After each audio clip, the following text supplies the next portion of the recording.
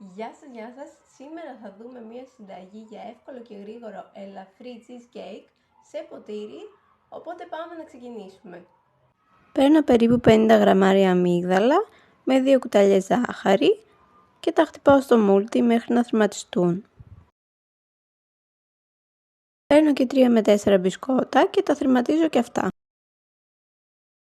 Προσθέτω το μείγμα στον πάτο των ποτηριών της προτίμησής μου και συνεχίζω με την κρέμα, όπου βάζω σε ένα μπολ 200 γραμμάρια Φιλαδέλφια και το ανακατεύω ελαφρώς ώστε να μαλακώσει.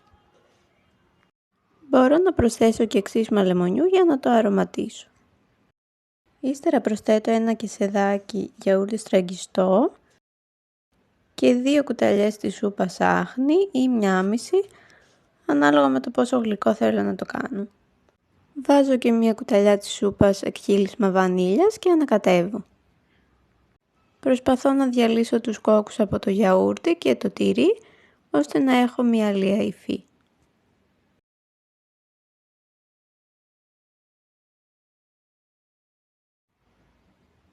Προσθέτω την κρέμα μου στα ποτήρια και την απλώνω ελαφρά με ένα κουτάλι.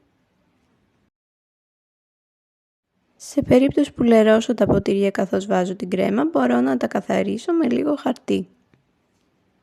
Επίσης μπορώ να βάλω λίγο λικέρ στη βάση για να την αρωματίσω ή να βάλω στέβια αντί για άχνη για να γίνει πιο ελαφρύ το γλυκό και με λιγότερες θερμίδες.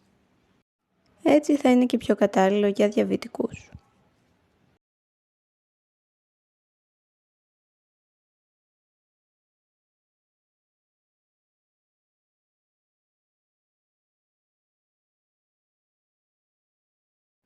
Παίρνω σπιτική μαρμελάδα φράουλα ή έτοιμη αν δεν έχω σπιτική και την προσθέτω από πάνω.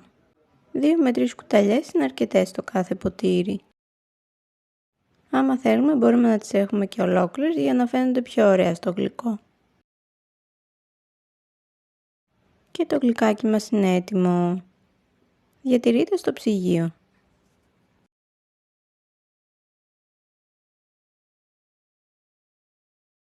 Αυτή ήταν λοιπόν η συνταγή, ελπίζω να σας άρεσε. Περιμένω τα σχόλιά σας και αν σας άρεσε κάντε like και subscribe. Τα λέμε σε ένα επόμενο βίντεο. Φιλιά πολλά!